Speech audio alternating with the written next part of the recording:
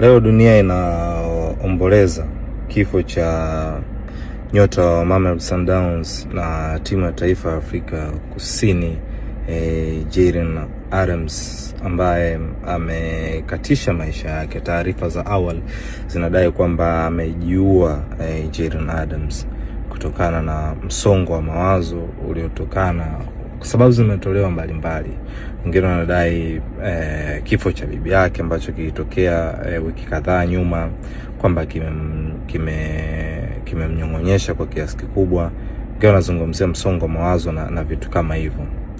Lakini Jayden Adams amefariki akiwa na umri wa miaka 25. Watu wanadai amejinyonga. Taarifa za awali, ana umri wa miaka 25. Bwana mdogo tu, amezaliwa 2001 na game yake ndio ilikuwa imeanza kuchipua pale Afrika Kusini. Ametokea Cape Town, amecheza Stelis kwa maana Stellenbosch kabla ya kusign Mamelodi Sundowns Januari mwaka jana. Ni bwana mdogo ambaye alikuwa anachipua kwenye mpira wa miguu, anachipukia. Na ameenda kwenye World Cup, amecheza mechi 3 zote za makundi, japo hakucheza ile hatua ya mtoano dhidi ya Canada. Ukifuatilia vizuri, ukijaribu connect dots kwa karibu, kwanza itembelee bio ya Jayden Adams ya Instagram. Ukitembelea pale utagundua kwamba jamaa ana mshikaji wake aitwa Ocean Andrews. Ocean Andrews yeye pia ni zao la Academy ya Stelis. Wote wametoka Academy ya Stelis. Ocean Andrews alifariki akiwa na miaka 19. Alifariki mwaka 2023.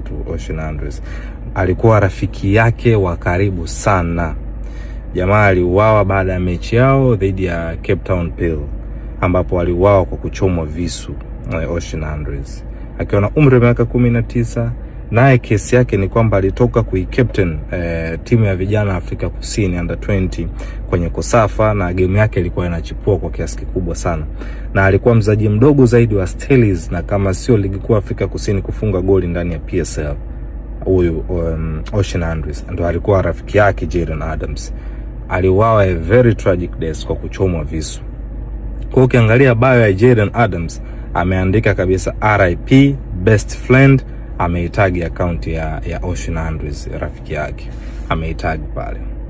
Kwa inaonekana ni mlolongo wa matukio ambayo labda amekuwa akimtokea kwenye maisha yake. Lakini post yake ya mwisho kwenye Insta story ilikuwa ni yeye na mke wake. Yaani mke wake alikuwa ameposti, akachukua ameliposti kwenye Insta story na kuiwekea makopa. Ndio ilikuwa post yake ya mwisho kabisa Jayden Adams. Ukifuatilia pia hata katika World Cup, rejea mechi ya Afrika Kusini na Korea Kusini, hakuwa anashangilia, wenzake wanashangilia, hakuwa anashangilia. Alikuwa tu ametulia pembeni, ametulia. Hata ukitazama alikuwa na nywele, bwana mdogo alikuwa na nywele nyingi nzuri, kama amekata, kama anapala muda mrefu sana, na uwanjani alikuwa haonekani kama ana msongo wa mawazo. Na ndio maana kuna post yake moja anaandika we speak different on the pitch. Yani akiwa uwanjani kuna namna na behave, aliweka kabisa kwenye caption yake. Na pia hata wakati Sundowns wanarudi na ubingwa, jamaa alikuwa anashangilia, anawahoji wenzake, hakuonekana na tatizo akiwa na wenzake. Changamoto inaonekana sasa akiwa mwenyewe, ndio hiyo inasemekana ni msongo wa mawazo ambao ndio umemuondoa Jayden Adams akiwa na umri wa miaka 25 tu.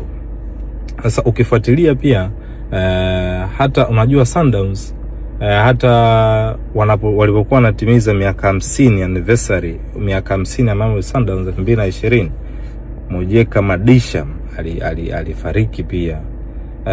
Itokea pia tragic death, ajali mbaya ya gari baada ya kutoka kwenye sherehe, kitu kama hicho, na alikuwa amefariki. This year wamechukua ubingwa, na imetokea kwa Jayden Adams kujiua kwa taarifa za awali zinaripoti kwa mujibu wa mitandao mbalimbali. Jamaa ameacha mzazi mwenzake, mke na mtoto mmoja wa kike amemwacha. Kwa hiyo ndo taarifa ambayo ipo kutoka Afrika Kusini. Sasa ujumbe wangu ni nini? Na ujumbe mmoja wa kuambia wadau wa mpira hasa Tanzania. Unajua vijana wadogo, miaka 25, hata mimi ni mdogo wangu kiukweli. Miaka 25 ni umri mdogo. tusiwatreat, yani tusiwatazame wachezaji kama robots. Yani tunaangalia wachezaji kama marobot. Unakuta Ladaki, kila mtu anamzomea Ladaki, anazomea anavyoweza. Mtu Edmund John amekosea, unamzomea unavyoweza Edmund John. Unatumia nguvu kumzomea, kumsema unavyoweza, kuandaa vibonzo unavyoweza. Unakuta bwana mdogo labda Nixon Kibabage, unamwekea pressure ya kutosha kina Dennis Nkane, hawa vijana kwenye umri mdogo, akina Abu Twalibu Msheri, labda kina Chilambo katika umri mdogo. Tunawatia pressure kubwa sana katika umri mdogo. Unakuta wenyewe pia wanapitia mambo yao ya kifamilia, wanapitia changamoto zao. Sio kila kijana mdogo anaweza kahimili pressure. Sio kijana mdogo anaweza kahandle ukubwa wa maarufu, ukubwa wa kazi yake. Kwa kuna wakati pia tusiwatreat hawa jamaa kama robots. Kuwa na ukomo wa kuwasema, kuwa na kikomo kuwazungumza, kuwa na kikomo kwenye kila kitu. Kwa sababu ni binadamu, umri mdogo, wanapambana kufikia sehemu fulani.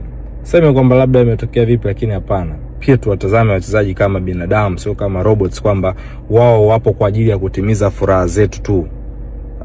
Tukiamini kwamba hawana huo binadamu wa kuwaza maisha yao, kuna changamoto zao wanafanyaje, wanazipitia. Nafikiri we have to be humble in this way.